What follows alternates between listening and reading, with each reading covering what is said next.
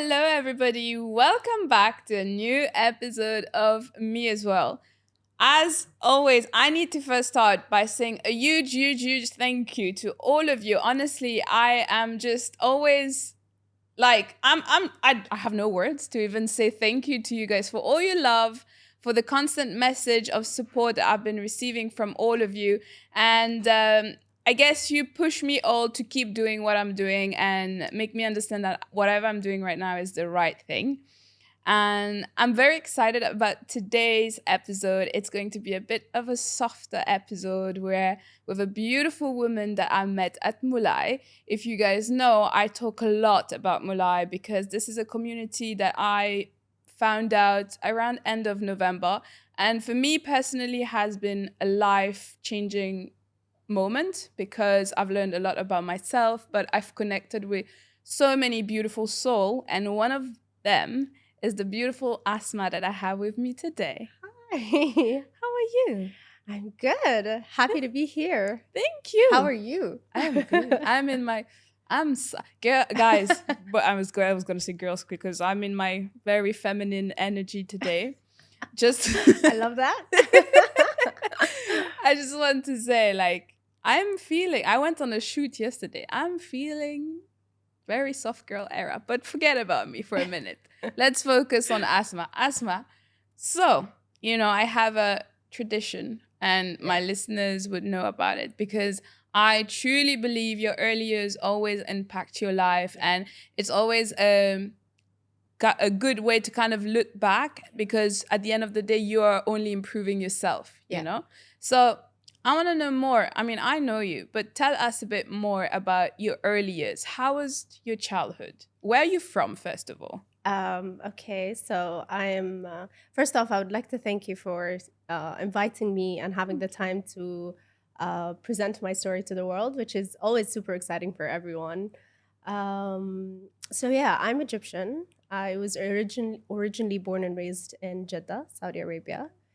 And this is where my childhood was. And I think I had a very beautiful childhood. So I had a brother and a sister. Mm-hmm. I have a brother. Yeah, because I keep thinking about the past and it's like, halas in the past, right? Yeah. You're still here, guys. I'm still, you're still, bless them, yes.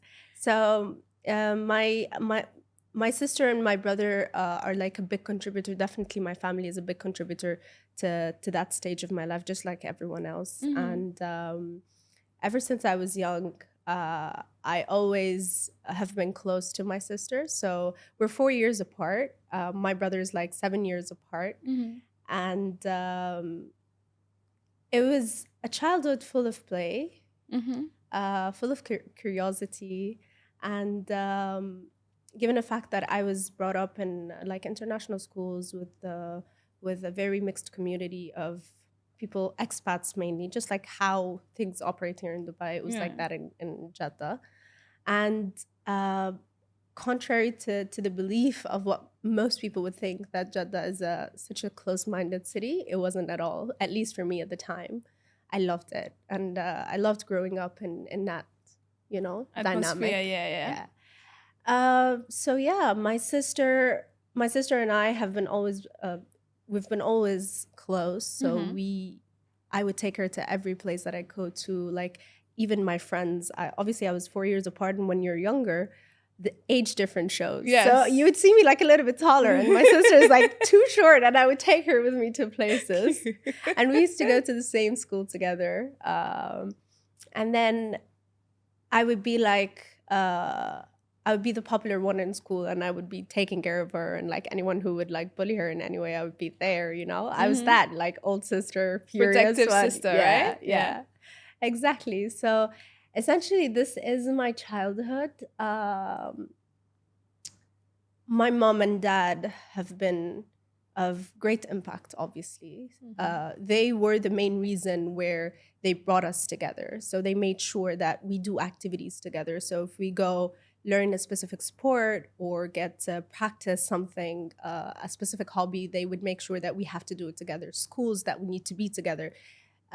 Essentially, this was part of their, how can I say, message or idea of how they want to see us in the future. And they succeeded. I mean, And it's beautiful because you have that Yeah. bond, right? Yeah. We have that bond, and I think our bond is very special because we grew with it. Yeah. Because sometimes when you're younger, you can have that bond, but then over time, when you grow, it does not continue. Mm-hmm. But very fortunate, we are in that still. We're in that space where me and my sister were very close, and we would get to points where she would go to somewhere to travel abroad and study somewhere, but then I would be somewhere else. But we would find our way back to be together. Yeah. My brother, obviously, but he's my baby boy, Yeah, like, of course. but given the age difference, he's always in a different stage where I'm at and my Yeah. sister's at, but we still try to always make sure that we integrate him and bring him on board. So essentially, this is my life. And one of the things that I think impacted me very heavily was the fact that I was surrounded by a lot of different nationalities and, Yeah. and expats, and getting introduced to understand how people have different cultures at such a young age. Yeah. So you start to become more accepting and start understanding, like, not everyone operates the same way, essentially. Yeah. And I think this gave me more curiosity over time to, like, I want to know more. I want to understand. Yeah. I want to. So you want to discover more, right? Exactly. Because you start seeing these things in an early stage of your life. So you feel like, okay, so what's happening? 100%. Yeah. So yeah, I was a very playful child. Mm-hmm. I used to try different things. I always get excited about something and try it, and then go on with it for a bit, and then try something else, and until I came to realize that I really like sports, and this is where I started, like, focusing on. And it all stems back from my curiosity, basically. So I've always been curious, playful, the protective old sister, essentially. Yeah. And I can see it because, I mean, we've traveled to Sri Lanka. Yeah. We met in Sri Lanka. I met your sister there for the first time. Yes. And I could see that and it's funny because that's why I like to bring back to the early years, because you will see part of your personality and it keeps coming with you, and you grow with it, and it's a beautiful journey, I would say. Absolutely. Yeah. Absolutely. So then afterwards you were in Jeddah, and I must say it's quite surprising to think that, because I wasn't aware that in Jeddah you would have that kind of like variety of cultures around you, because most of the time when people talk about like Jeddah and Saudi in general, you're like, oh, it must be very strict, like it must not be very open to other cultures. But that's beautiful, because then I think it got you ready for Dubai. Pretty much. Yeah. Pretty much. I had a detour before I got to Dubai. Oh, where were you? So I obviously, being an Egyptian and being brought up abroad, I would go every single summer back home to spend the summer with the cousins and family. Mm-hmm. But essentially, I never lived in Egypt during my childhood and adolescence years, up until I graduated from high school, and then I went back home to Cairo to go to university. And this was like my first encounter to be like full-on Egyptian. For a long time to be in Egypt. And this is when I started my journey to, like, obviously, again, when you live abroad, you are Egyptian, you speak Arabic, but still you don't have these, like, you don't understand the cultural cues. You don't understand, like, the inside jokes that people say. So it took me some time for me to be able to get into that. Mm-hmm. So after school, I went to university to study in Cairo, and I stayed there for around 4 years. Oh, nice. This was the first time that I full on. How was that? Tell me a bit more about that. I would like to know, like, now you're home, you're at your, like, you're at your roots, in your roots, or back to your roots, basically. Back to your roots. And after growing up in a complete different place, how was that? Tell me more about that. I was super excited to go back home, because you always go in the summer, and the summer for you is like holidays, and it's always fun, and you see the cousins where you're always get excited with all the wardrobe and the stuff that you're going to be wearing for the summer, just to spend that time there. Yeah. So when I first moved to Cairo, obviously I was super thrilled getting into the fact that, okay, it's a university stage. But in the beginning, um, I was a bit confused, like towards the first year. I didn't understand so many things, obviously, being integrated into everything that has to do with the Egyptian culture, which is essentially my culture. So I started trying to like understand, okay, what are the cues? What is everyone saying? What essentially do I need to understand more for me to be able to integrate better? Yeah. And I was very lucky because my time in university, aside from being at an academic place, we also had a space for extracurricular activities, Okay. essentially. So I would take part of different types of activities and like MUN, model of MUN, NAL. We Nice. go into like student union, and I would be doing all of these every single day for me to be able to like make friends, because I didn't have friends when I first moved. I only had my family and like my cousins. But I wanted to like, I was so eager to integrate and to understand. So it was very interesting in that area. Of course, I got into some difficulties where like I got into a space where I had sort of an identity crisis, if I may Yeah, say. yeah, yeah. I completely, I Yeah. can imagine. It was it was confusing in the Mm-hmm. beginning, where I didn't understand, okay, what am I supposed to do in these contexts? How am I supposed to act? Because people look at you, you are Egyptian, you speak Arabic, so you need to act like it. And I didn't have that Of yet at course. the time. Yeah, I was still young and I was still like all fidgety and stuff. yeah. Uh, it's away from that, going just to, it's so nice that you bring people back to that area or stage in their lives, because it gives you a perspective of how you develop. Exactly. That's basically it. Yeah. Because I personally can see that through me. Yeah. Like for example, like I can see that when I think, for example, I relate a lot when you say when you went back to Cairo and you couldn't really identify yourself, because Yeah.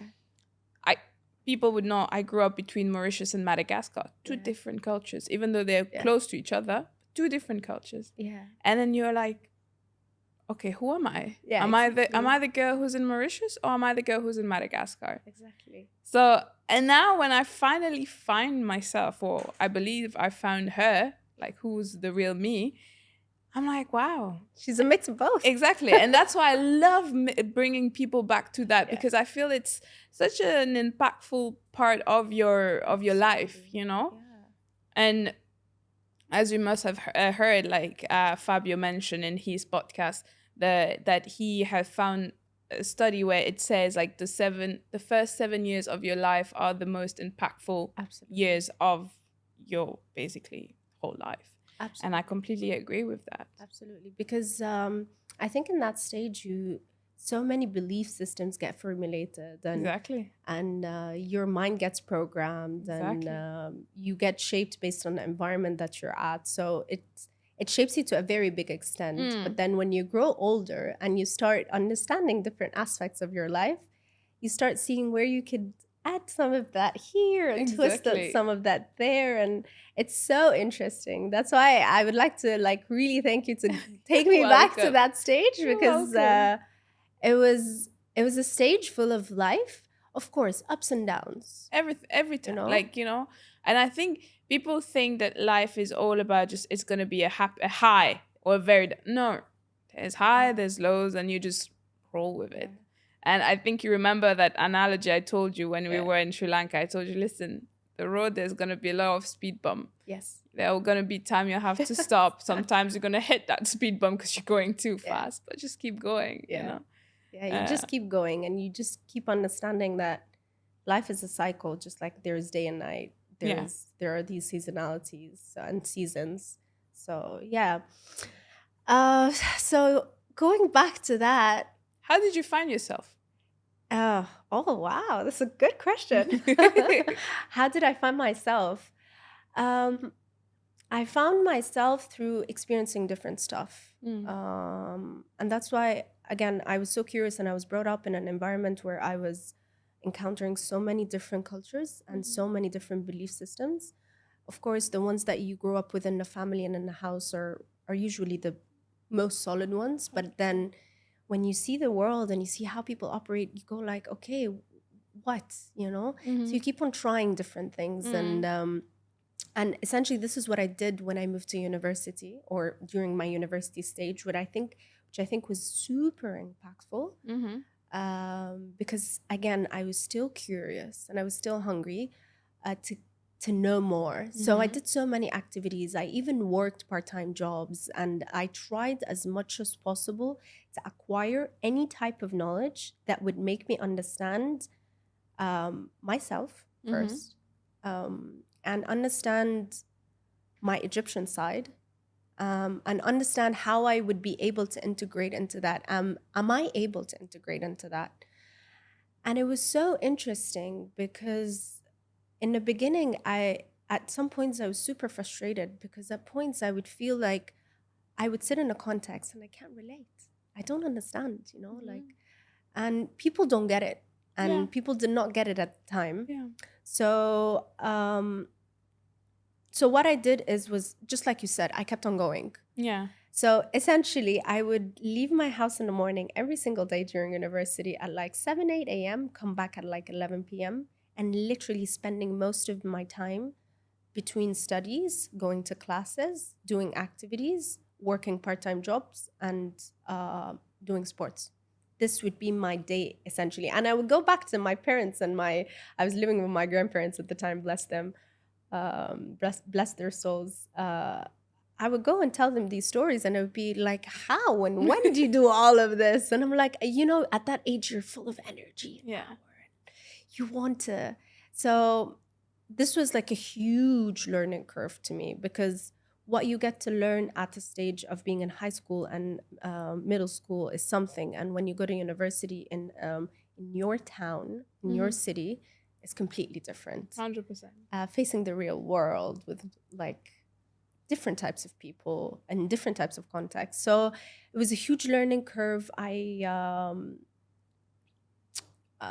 All what I wanted to do is to explore, essentially. So I did different types of activities, tried so many types of sports. So I tried squash, volleyball, table tennis, racket, I don't know, you name it, literally kickboxing. And I was very lucky because my university provided all of these sets of activities and sports. We had a huge sports complex, so we would go and like train there. I started my gym routine there, and I started to understand how to navigate it.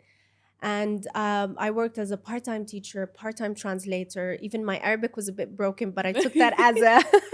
It's gonna help to get better. Yes, let's try, let's push through. And at the time, when I think about it now, I don't think I knew that I was doing it to learn and be curious. I was just doing it because I felt like, okay, there's something must be done. Yeah. But when I reflect on it now with you, it was driven by pure curiosity and pure intention of trying to understand. 100%. I get you. Yeah. So this was my university year, between studies, workouts and sports, part-time jobs, extracurricular activities in university. And then I started getting intrigued for travel. Okay. So I was lucky to get a semester abroad in UCLA. Okay. And this was like the starting point. Okay. of my curiosity to travel. Yeah. So I went to a semester abroad in UCLA. It was another wonderful learning, because again, when you go to like a university of that facade and that, 100%. it was so interesting. Yeah. I'm like, okay, wow. I went around, and so essentially we were staying in LA. So I used to like take the time in between on the weekends to travel to different cities in the States. Got introduced to different types of culture more, and it got me more intrigued. And then a couple of semesters later, I got so lucky again to get an exchange program in Thailand. Nice. Yeah, it was with a program called ISEC. I'm not sure if Okay. you've heard Yes. of it. Yes. Yes. Yes. Yes. I know. Yes. Yeah. And again, being intrigued by travel, I was like, okay, let's see how that works. So I applied for that exchange program, and essentially, the program was to do different sort of humanitarian Mm-hmm. activities. So this was teaching English in Bangkok University, Okay. and it was sort of an internship. I stayed Yeah. in Thailand for 3 months during the winter break or summer, something like that.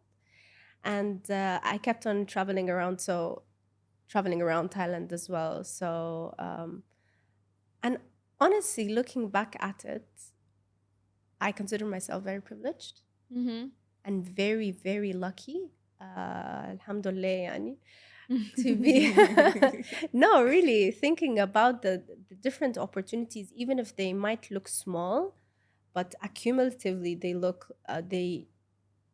they're pure privilege, and I'm super grateful for that, Yeah. because being in another context or being a different person or being somewhere else, I don't think I would have gotten these opportunities. And speaking of opportunities that I got, I also won, like on campus randomly. There was this draw happening. Coca-Cola at the time had like a booth set up Mm-hmm. in university for students, Yeah. and they were flying people to South Africa to No. attend the World Cup. Oh wow. So Yeah. you won. Yeah. I don't even know how. I was walking into a class, and then I see this booth, and then one of the guys who were standing in a booth, he was like, "Do you want to participate?" And I was like, "Bro, I have a class I have to run to." He was like, "Just try. Drop in your name and number, and you have nothing to Yeah. lose. You could win a 1 week to South Africa." And I was like, okay, Yeah, travel okay. again. Him. See you. Bye. Yeah, literally. And I finished the class. They called me up, and I won a ticket, and I went to 1 week in South Wow. Africa. That is Yeah. amazing. I Yeah. must say that's Yeah. awesome. And that's how I consider myself very privileged, honestly. I get you. Yeah. And I love it because how, again, I'm gonna use an analogy. Yeah. Excuse my English. But it's your story reminds me of, these kind of book where you can post pictures and you flip it around. Yeah. Can you imagine that's like your life? The book is you, and then you're flipping all the stories. Oh, wow. It's beautiful, right? And create like some sort of collage with a storyline. Exactly. Oh, wow. I love that idea. That's so inspiring. I love that idea, actually. You're welcome. Anytime. Okay. So you were able to travel, and then when exactly did you decide to come to Dubai? Was it by luck? Was it a decision? What made you come here? So yeah, after I graduated out of university, I stayed in Cairo for a bit, and I had to travel to Canada. Mhm. So my sister was going to uni there, my brother was going to school, and I was like, okay, let's go and see how the scene works. Maybe I get a job, maybe I don't know, do a master's. And essentially this is why I went. So I went to explore another opportunity in Canada, and the weather was so cold. I hate to say this because it sounds so bad, but it was too cold for me to bear. And I wasn't able, like at the time mentally, to put myself in a state where I could push through. Given the fact that in a position, I felt like I have already started a completely new life in Cairo. Yeah. From scratch. Yeah. Completely. Making friends, connections, understanding experiences. And then going through that again after 4 years in Canada, where I felt like I haven't leveraged whatever I learned or the connections I made back home. Mm-hmm. It was sort of a kickstart again, or like starting from scratch again. And I didn't have that capability when I was the time. So I stayed there for around a year, and then I went back home, kicked off my career, worked in marketing essentially across different industries. So I worked in telcos, and then moved to one of the big manufacturers of mobile phones. And it was a wonderful experience. And again, I still had like focusing. So essentially it was my job and then sports. These were my focus after all the years of like exploring and like being traveling. everywhere. Yeah, exactly. And this was my focus up until I got very lucky to get an offer in Dubai. And then at the time I was thinking, okay, my life is super established. So at the time I had خلاص my friends, my clique. I would travel every other weekend somewhere within Egypt, or I would travel outside. I was in a very good position. I started doing my certificate and training. I started becoming very well established in that. So my life was like very like stable. 100%. Yeah. Everything is set. I have my life, my friends, everything. And then I got this offer and I was like, okay. What do we do now? Yeah, exactly. Do we keep being curious or do we stay Exactly. Exactly. So my curiosity was like, okay, let's go for it. Let's see how it goes, you know? What do I have to lose? Essentially, again, I want to explore more. And Egypt has been great to me the past period. And I think I've learned enough for now, but I would want to take on something else. And I want to go into a new sort of learning experience and adventure. Yeah. So I moved to Dubai 3 years ago. Okay. Actually, May 2021. And this was like huge. Wait, we moved at the same time. Really? Yeah. No way. I moved to May 31st of May 2021. I moved, I think, 10th of May 2021. Okay. Oh, wow. Now, because we moved at the same time, because it was literally, I moved, I remember I left the UK. I was heartbroken leaving the UK. Jesus Christ. Like, it was tough. Yeah. Came here. Because again, I was like, a bit like you. Because like, I couldn't stay in the UK. And my parents were like, do you know what? Do you want to come back home? Like, you can always, I'm like, home will always stay home. Yeah. Like, I know I can go back home whenever whenever I want to. I can just say, okay, I'm switching off. I'm going home. Exactly. You know? But I wanted more. Exactly. So, from someone who studied law to going into real estate, here I was in Dubai. Oh, wow. But I hated Dubai. In the beginning.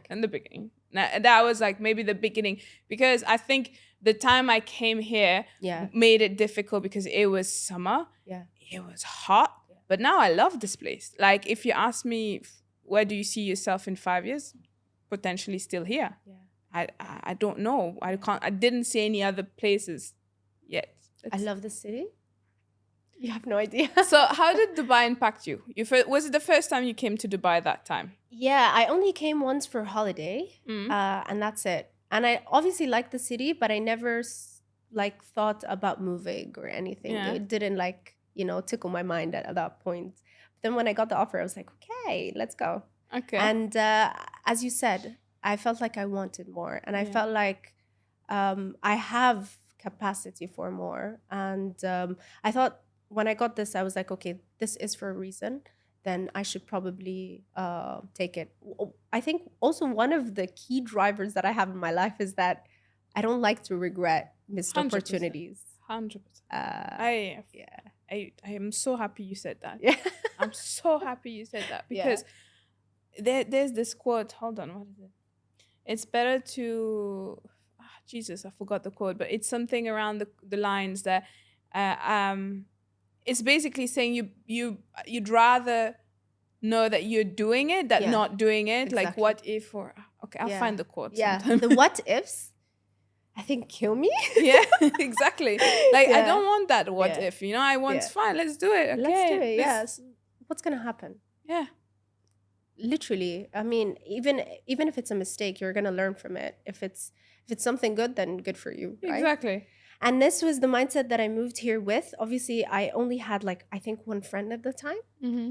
And I was like, okay, let's see. Scratch again. Yeah, again. And I think there is beauty in that.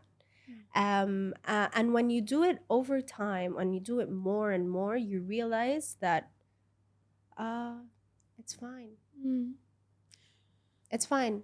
Now, do you think that you were still able to keep your true self throughout this journey, like as you were traveling, or were you hard on yourself? Do you get what I mean? Because sometimes you move and you're like, oh, I need to be better than that other time. Like, were you hard on yourself when you moved here? Of course. Like really hard? Yeah, of course. Listen, part of, I think one of the things why I kept on doing the things that I'm doing is that I feel like there is always something more that I could do. Mm. Nothing is enough. I know this. Okay, there is something else that I need to know. Mm-hmm. And you keep on like going and going and pushing through. And over the time, and by when you grow older, when you do not take a step back to stop and look at the things that you're doing, you, I'm not going to say lose pieces of yourself, but rather, you don't enjoy it. You don't enjoy the process. yeah, you forget why you started. Exactly. And you are always, curiosity is great, but it has to be directed in the right sort of channel or route, you know. And even that impacted me on an emotional level when this is something very recent that I came to realize like a year or two ago, that the more I was doing and the more I was going into my life, I disregarded my emotions. Yeah. So I would go through a breakup. Okay, what's the solution? Travel.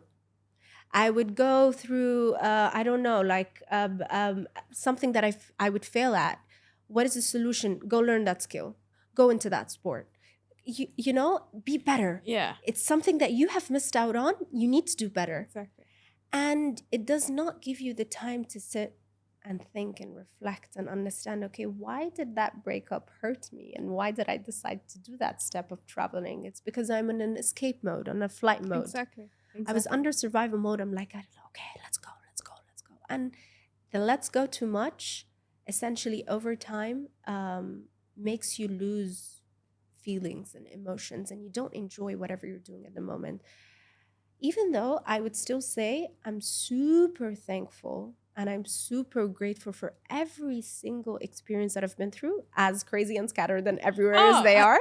Trust me, I feel you, because how do I say that? Ever since I came to Dubai, Yeah. I've put myself in so many things. Yeah. And you know all about it. Like, there's not like, if I have an hour slot available, okay, let's do it. Yalla, let's do it. Let's go, let's do it. No problem. I want to learn something new. My day is always very busy. To be able to find a time to do something like just sitting with myself, I struggle. Yeah. But then when Sri Lanka happened, guys, let me tell you, life was just like, sit, don't do anything. Yeah. You're not going to do anything. You're just going to chill, excuse my French, the fuck out. Yeah, 100%. And that you realize 100%. So many emotion was just you. It's like a box and you just pile your emotion because you're like too busy doing all the other things around, but you don't focus on that box. Yeah. And when you open that, a lot of things come out. But I remember you came to Mulai and actually really loved what you were sharing with us, if you don't mind me sharing. Of course. Because I could relate a lot to what you were saying. You were explaining exactly this, that you are always busy on the go and that you're trying to slow down and you're finding time for yourself, really getting into your like meditation and taking time with yourself also. Yeah. And I was like, wow, yeah, I can relate to that. And that's the first, as soon, because I think we were in the same sharing circle that day. Yeah. And then I was like, I need to speak to her. I remember we talked after. Yeah, because I was like, I feel you on that. Yeah. And okay, so you came to Dubai. Before there's something I really want to talk about, but before we move to that part, because it's a very important part that I do want to put out there. So you moved here being the go-getter. How were you able to recenter yourself and stay still? Obviously, when you move to a new country, you're still in that loop. Yeah. And starting from scratch is you take whatever you still have with you. Nothing changes literally. Only the context and location changes. Mm-hmm. So I still had that. Mm-hmm. Let's go. Let's do. Yeah, where's everyone? Are you guys going here? I'm going. Are you doing this activity? I'm coming. Hiking, okay. Like I used to do all of these things. I want to try a course. Let's do. I don't know. Like I used to do so many things at the time, and still I was still hard on myself in that space. And then until a moment where I had, and I think it was essential and necessary for that to happen. I had a crash, like, whew, completely. So what happened in the time is that I had so many events that happened close to each other after, I think, seventh month or like the 8th month, where I lost my job. I had a surgery, very first time in my life. I moved out of my house because at the time I wanted to make sure that I'm optimizing on my cost. And I didn't want to call my parents to tell them that I'm going through all of this, so I'm not going to ask for money. So I have to like figure it out. Because I don't want to get them worried or anything, especially that they know that I'm in a different city. Yeah. And I broke up. What else? So I left my house, had a surgery, lost my job, broke up in a new city with no money, and literally staying at a friend's place. And this was a moment of impact, huge moment of impact. And this was a moment where stop. It was literally, you need to chill and stop. It's gonna be okay. You don't have to do all what you're doing. I started to slow down, obviously looking on a hunt for a job, and this was my key focus at the time because for me, losing a job after 7 months sounded like a failure, which is not. But to me, it sounded like, oh, okay, I failed after 7 months being in a new city. How's that possible? And again, this is your ego that speaks. This is not reality. And this happens literally everywhere, especially in Dubai and especially in big cities like Dubai. And I pushed through. I think 2-3 months later, I found another job that I really wanted and I really liked. And this was a turning point where everything started going in place. I got a new house and I started getting like, I started slowing down. Essentially at the moment. And when I moved into that new house, I remember this was the true moment of collapse because I had to bear all of these events. And at the time, I still didn't feel anything. And then suddenly just like, bam.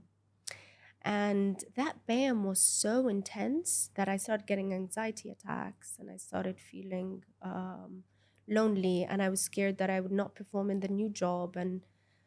And then I started like taking a step back, and essentially whatever the hell that I was doing, the crazy stuff being everywhere, I started completely slowing down, focusing on myself, reading a lot of books, listening to a lot of podcasts, trying different types of therapies, trying different types of yoga, energy, you name it, literally meditation. This is when I first started meditation. And I started realizing that this is a time for me to calm down and take it one step at a time. And it's okay.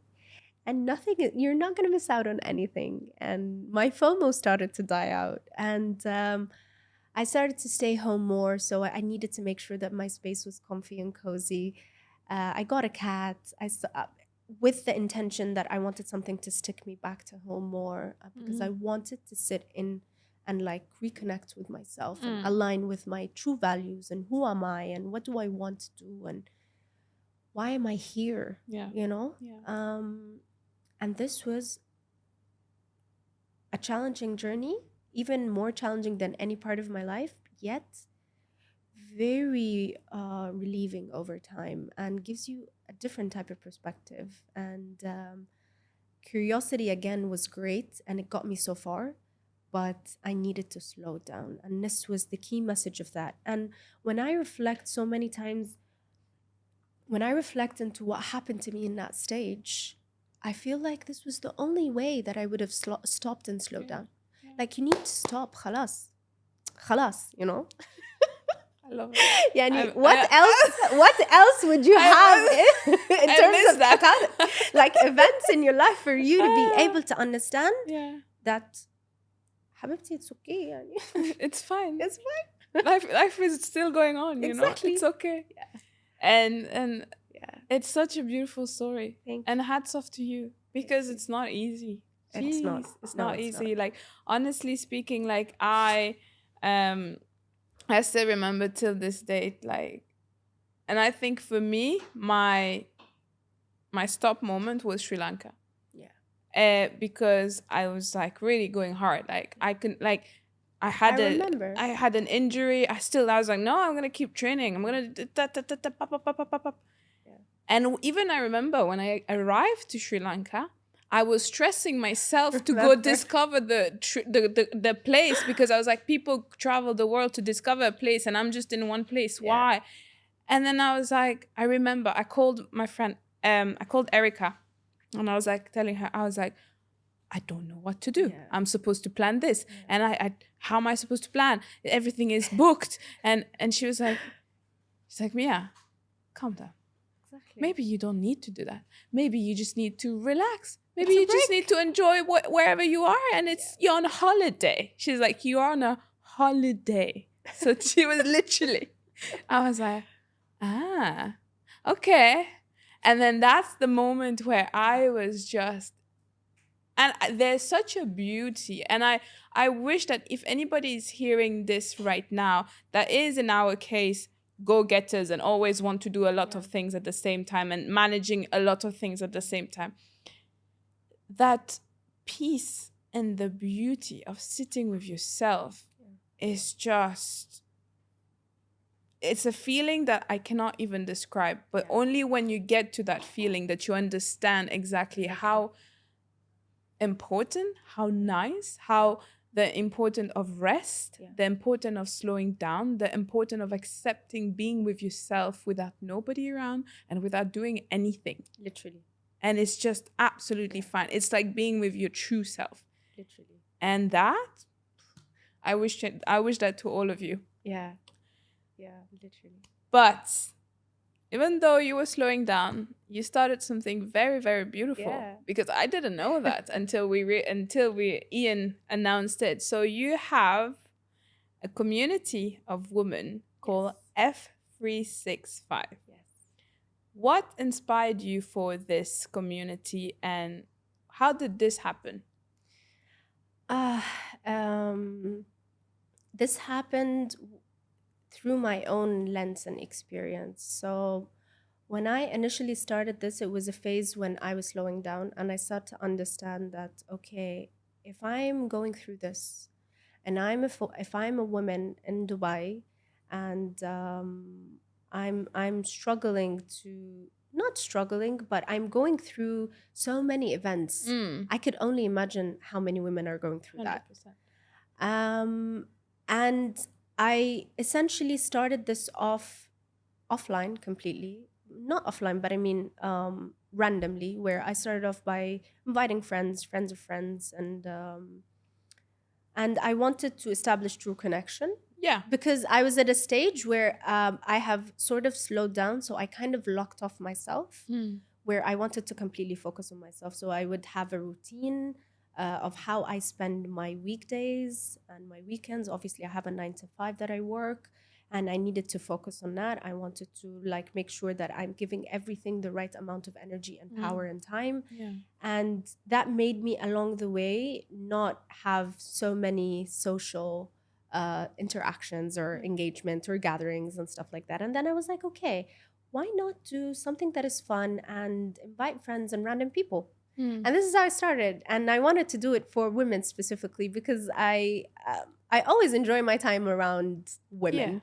Yeah. And I know that women essentially are so empathetic and 100%. and so heartfelt, and any woman would in a minute would understand what you're saying just by like you looking at her. Exactly. You know? Exactly. And I also like all of these like girls night in and like all of these fun stuff. So I started off like that. So I started doing like small activities where I would completely fund it, but invite people into it. And then I started seeing traction, and then I started seeing people coming in that I don't know. And the intention was to engage with women, like-minded women, and bring value, either through the activity that we do or just by engaging with them, creating strong connections with them, and establishing a base where we could support each other, essentially. Yeah.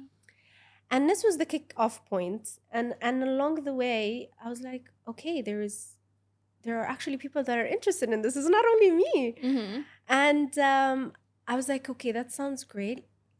I started putting together sort of a pitch and a business model into it, and I can still add value. Yeah.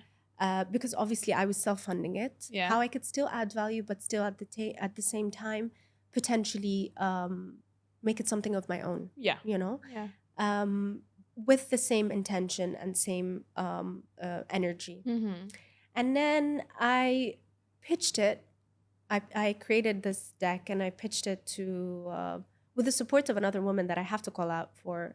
She was huge. She had a huge impact into that stage of my life, where she sparked that idea. She was like, okay, you should do this. You have very good traction and people are loving it. That means there is demand. Yeah, exactly. And I was like, okay. And then we pitched that, and then we got incubated by the Dubai government, and this was another reason for me to love this city. And by that it made me like a legitimate startup where I could start actually adding value with being an sort of a startup that has a foundation. 100%.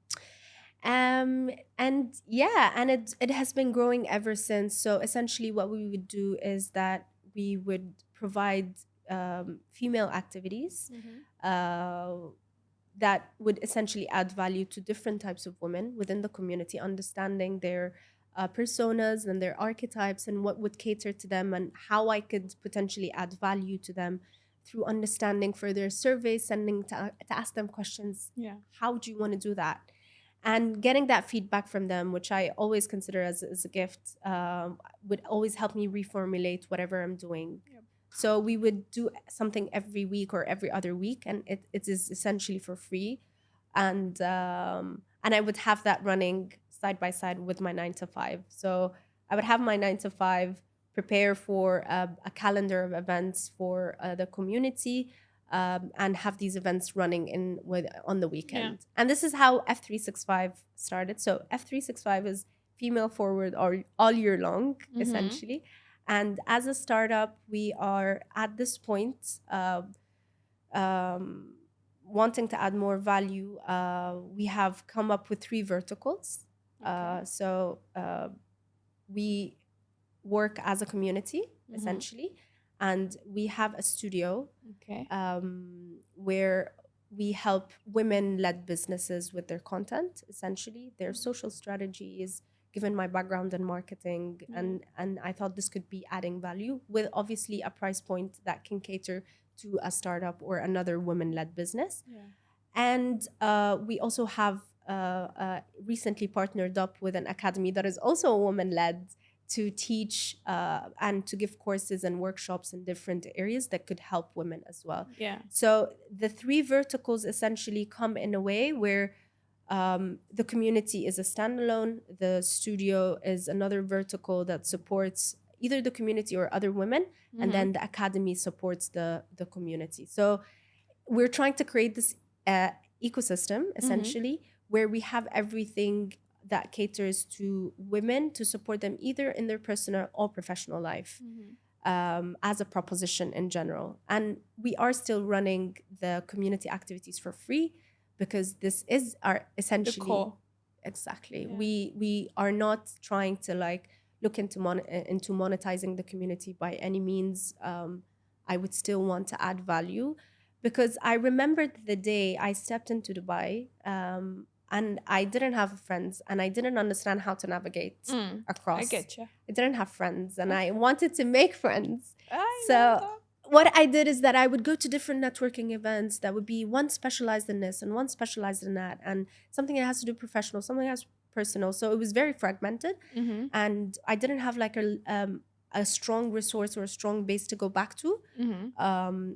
And this is what I wanted to create. I wanted to create a space for women and to be able to add value and support them and give back to Dubai as a city that helped me, and as a community of women to empower them more and give them resources and help them. So essentially, if you are part of a community and you understand the sets of skills that I have and look into the work that we have done, you would possibly be able to like, okay, trust enough to go forward and okay, let's try the F365 studio.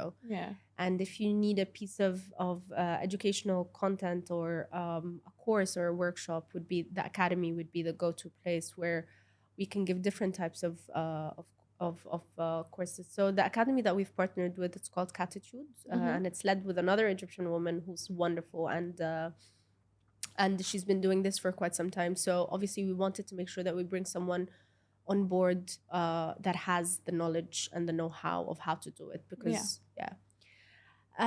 we have worked with brands. Luckily, we kicked off. So we worked with 3 or 4 multinational brands and 4 or 5 local women-led brands, and we are growing. So either through the academy or through the studio as a vertical. And our community goes as is. It's still a place where we interact and communicate and try to support each other. If someone is looking for a job, we try to help each other to find a job. And we still have these weekly or bi-weekly activities. And I mean, looking at it now versus day 0, the 10th of May, 2021, I think I'm blessed and I'm grateful, especially that I have started F365 with my sister as my co-founder. Yes. And the reason why we started this again, other than my own experience and hers, is the fact that we believe that women are so powerful. 100%. And if given the right resources and the right support and the right space, they would definitely go to places. And this is our core true belief and the reason why Nihal and I started this. And again, this brings me back to the point where I told you in the beginning, since day 1, she's always by your side. She's always there. And I must say, a big shout out to Nihal. She was supposed to be here today with us, but unfortunately she's sick. So I'm sending you my love. Speedy recovery to you, love, whenever you see this episode. But I just loved it. And I'm so happy that you're doing this with your sister, because I saw your bond when I was in Sri Lanka with both. You are a very, very, like, you're the caring, you're almost like the mother. You would fight for her. 100%. You don't mess around with, this is my sister. And at the same time you got her, and that it's such a mother figure that I see in you when you're with her, that you're able to give her everything that she needs. And it's such a beautiful bond. I was lucky enough to experience and see that. Now, coming to F365, what I like is, I haven't spoken much in the group because I have a busy life, but I've been following up. And the beauty of this group is, let me tell you one thing. When you're on WhatsApp, you look at these women, obviously most of them met each other. And when even recently someone messaged, and the amount of excitement, like, oh my God, we missed you. It's so beautiful because for me, when it comes to women, I'll tell you something, a personal thing. And I think not a lot of people knows that. But when I was younger, I grew up in an environment where women was competing against each other and very jealous of your success, or if you were better, I can do better than you, And I never really understood this, and I needed something that I call feminine energy. I needed that because I just never understood it. I always used to tell my mom, how can girls can have amazing friends forever when I was young, but I can't. Whenever I'm friend with someone, we start fighting over a silly thing and all of that. But when I came to Dubai and I met women that are so empowering and so supportive for you, whatever you're doing, they will be here by your side, good or bad, you name it. And I was impressed. That's when I was able to be, and like you said, when you meet up with women, you are able to be in your full on feminine energy. Yeah. You're able to just release, because there's one thing that people don't understand is that as much as I like man being in a masculine energy, but because we work as well and we have dreams that we want to achieve, is we have to show up and put that masculine energy out. Yeah. But sometimes you just want to get rid of it and be like, dude, I just want to be a woman. Yeah. I just want to be a woman. Yeah. And that's it. Yeah. And when you're able to kind of be around people where you can be that woman, and when you can take off that shoulder of that, okay, I'm taking this, my shield off. Yeah. Let me just be the little fairy that I want to be. Yeah. Being vulnerable. And being vulnerable, and being around women and a community that supports you in your dreams and that will guide you through that journey. And it's so true, because I have another friend who came on board on my podcast, Julie. She was also talking about that. She was talking about community, how community changed her whole perspective, because she was in Dubai for long years. She did uni here, and she kept I mean, she basically stayed here till then. And the turning point for her between going back home and staying was the community. Yeah. So she started La Salsa. Yeah. So it's so nice that you're able to, within one community, tackle so many different areas and also have such a welcoming environment, you know, for women to come and just be their true self. But one of the question is, what is, you would say, the most challenging thing you had with F365? What was that one thing that you think was very challenging? Okay. Yeah. I mean, having a 9 to 5 and working and being able to try to put this together in a way that it could grow and scale and potentially be something that you would leave your 9 to 5 for is the challenge. Making sure that you are still adding the value that you need to add. And at the same time, you are trying to build a solid business model that could sustain and could grow. Obviously, doing this with my sister, she also is working. So both of us are working. So trying to put in the time for it and focusing on it and managing both, it's quite challenging. It's doable.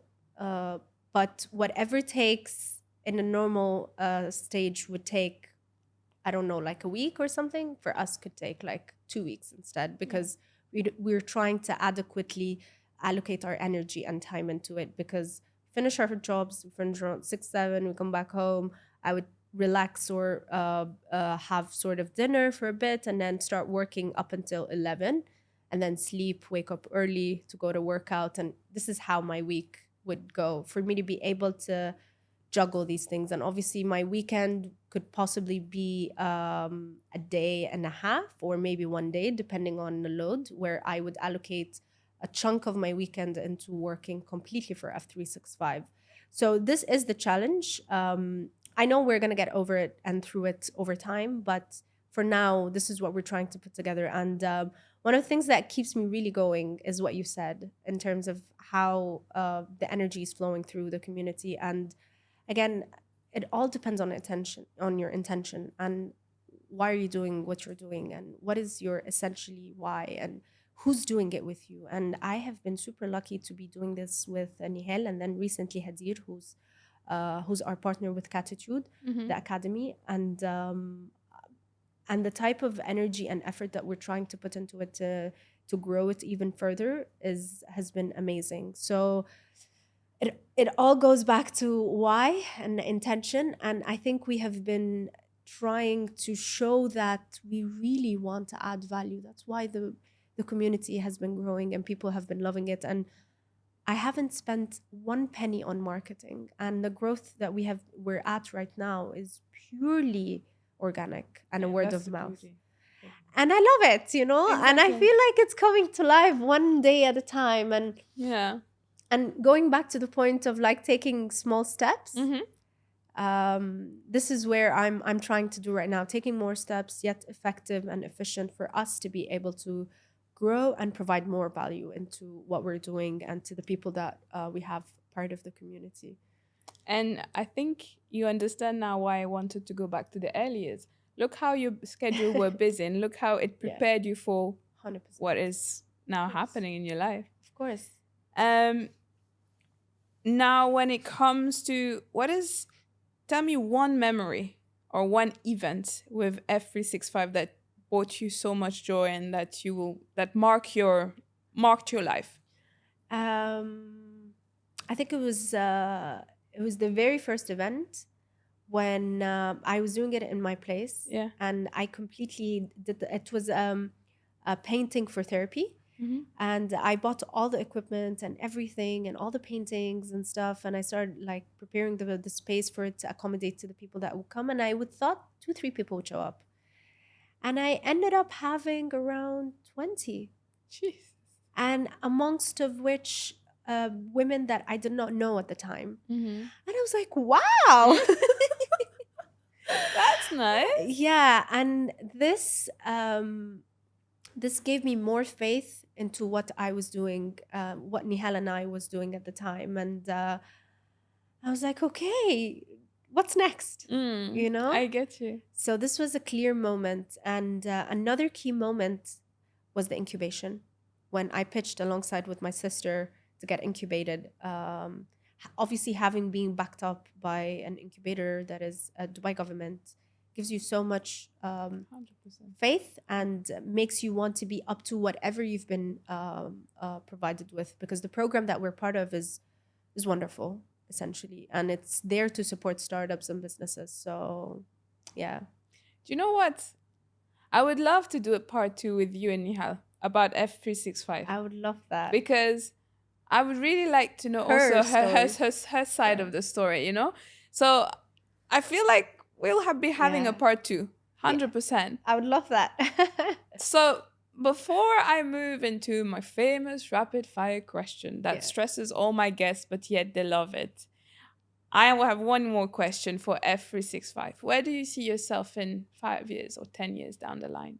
Oh, wow. That's a very good question, because some people would call me delusional, but I could see it. I could see that I have, I potentially taking on F365 completely alongside with Nihal, and we're completely growing it as a community and a business of ours.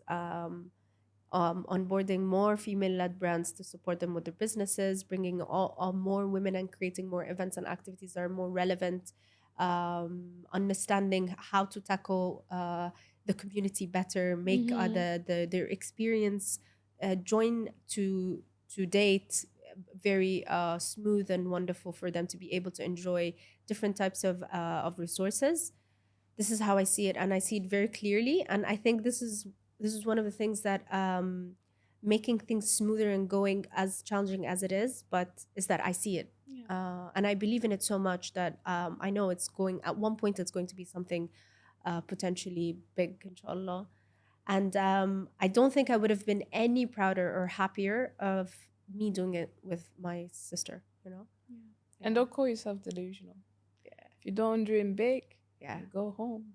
Exactly. That's what my mama told me. And you know, there's one thing my mom told me, my mom, Bless her. me mom. And I love her to the core, and she's a true inspiration to me. And I remember when I left Mauritius before going to the UK, she said to me one sentence where she said, listen, home is home, but I don't want you back until you've realized all your dreams. Yeah. Come back whenever you feel like you've achieved everything you need to achieve. Yeah. That. Bless her. And I did cry after that. Of course. The goodbyes were very emotional, but yeah. Bless her. Anyway, now let's go. Let's do the rapid fire question. There's a mix, as I always there's a mix of easy ones that are just easygoing, and there's a mix of a little bit of, it's rapid fire question, but 3/4 of the time people stumble. So not stumble, but like they take a break, which is okay, which is absolutely fine. Let's start with an easy one. Summer or winter? Summer. Okay. What was the first career you dreamed of when you were a kid? An astronaut? Literally? I don't know. Don't ask me, but this is what I wanted. Early bird or night owl? Early bird. Share one of your favorite memory from 2024. Oh, wow. I have so many of them. But the last memory that I could recall on the top of my mind is Sri Lanka. Being with you, with Fabio, with Nihal, my sister, and getting to know all of these people and getting to go through all of these experiences together. Not knowing much for so long, but bonding so strongly in that journey. Yeah, I agree. 100%. On a core level. Exactly. That was super profound. And I have goosebumps when I think about it, to be fair, because it was a very, very intense moment, but yet so nice, you know? You get to see a lot of things about you and through other people that you are with, and you realize so many things, and then you look into that moment, a screenshot of that moment, and you realize how grateful am I to be here now amongst people that essentially are all part of Mulai again. Exactly. Which brings back to the community, you know, 100%. brings us back to that. 100%. Mulai is another wonderful community that I got to know a lot of beautiful people, but this shot of a moment is bliss. I take that. Yeah. I take that. Yeah. Pineapple on pizza, yes or no? No. Thank you. No. Amen. Amen. No. Where's Fabio? He will be like, no. Okay, thank goodness, because when people tell me this, I'm like, please, you're insulting Italy. Oh my God. You're insulting pizza and the history of pizza? Exactly. No. Entirely? It is not meant to be on a pizza. No. Easy as that. Okay. Debate, people, put in your description, in the description, do you prefer pineapple on pizza, yes or no? If you are, red flag. What does success means to you? Success is freedom, and being in a good mental and peaceful state. Yeah. Where is your happy place? My happy place is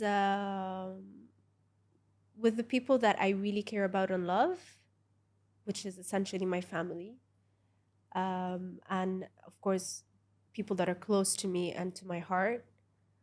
And that would be amazing, topped up with being somewhere outside abroad in like on the beach or something. That would be like the cherry on top, you know? Okay. Like, yeah. It's like the cake, but if we travel, it's like, whoop, okay. Like extra icing, please. No problem. I can give you that. Yeah. Vacation or staycation? Vacation. Okay. Free adjective to describe yourself. Free? Adjective to describe yourself. Curious. Yeah. And then 2 more. 3. Curious. Okay.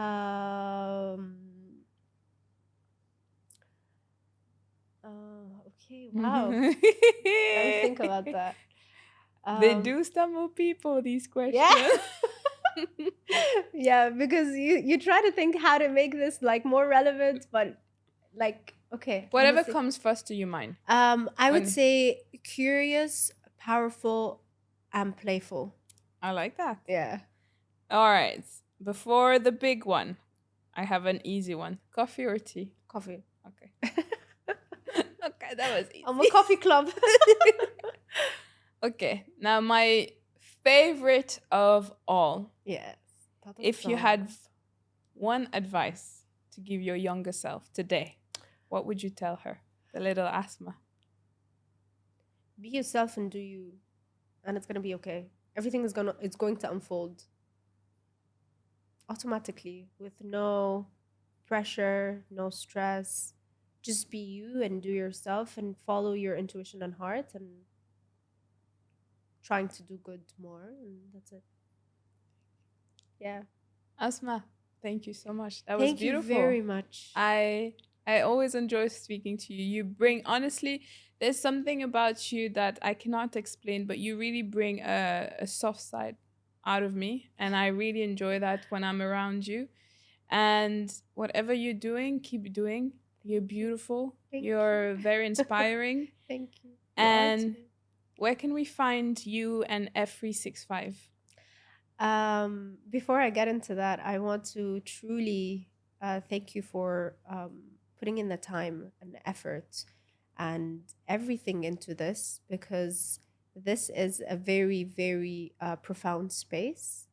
And the way you are handling it and the way you're going through everything with beauty and grace and Oh, thank respect, you. and that wonderful energy that flows through you, this is very heartfelt. Thank you so much. And Thank you. It really means a lot. thank you for inviting me today. As for F365, you can find us on Instagram. We have also a WhatsApp group. Yes. I'll put everything in the link below, Yes. guys. You can just click on it. Yes. So we have a WhatsApp group and we have an Instagram, and please join us on the WhatsApp group. This is where we announce all the events and you get to understand more about the other verticals. And I would like to thank my sister for being there and being part of this, and being a great backbone into essentially everything that we're doing at F365. And I would like to thank Hadeer being part of joining us with Catitude. And my heart is full, and I'm so thankful for being part of this today as well. Thank you. Thank you for your time. Thank you for sharing your beautiful story. Of course. And to many, many more activities together and Absolutely. adventures together. Absolutely. Thank you, Asma. Thank you, guys. And as always, I'm going to love you and leave you. And I'm going to see you in the next one. Bye.